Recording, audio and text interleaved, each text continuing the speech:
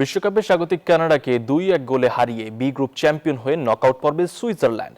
হারলেও 4 point নিয়ে প্রথমবারের মতো বিশ্বকাপের 32-তে কানাডা। অন্য ম্যাচে কাতারকে 3-1 গোলে হারিয়ে তৃতীয় স্থানে বসনিয়া ও হার্জেগোভিনা।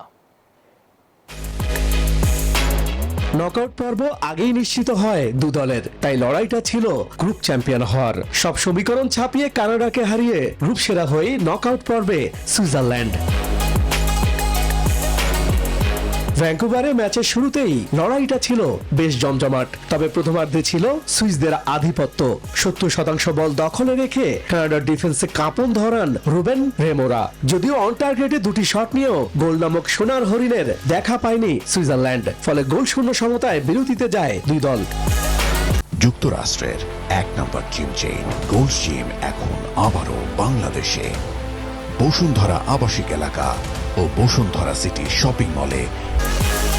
বিরতি থেকে ফিরে লিড নেয় সুইসরা। 46 মিনিটে দারুণ এক আক্রমণে জালের ঠিকানা খুঁজে নেন attacking midfielder Ruben Vargas. 11 minute পর ইয়োহানের দুর্দান্ত গোলে 2-0 এগিয়ে যায় সুইজারল্যান্ড। তবে 76 মিনিটে ডেভিডের চোখ জোড়ানো গোলে ব্যবধান কমায় কানাডা।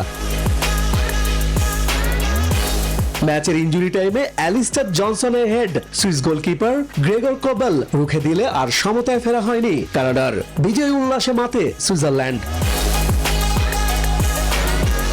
অন্য ম্যাচে কাতারকে 3-1 গোলে হারিয়ে তৃতীয় স্থানে বসনিয়ার হয়ে গোল করেন কেরিম আলাইভেগেভিচ, এরমিন মাহমিচ।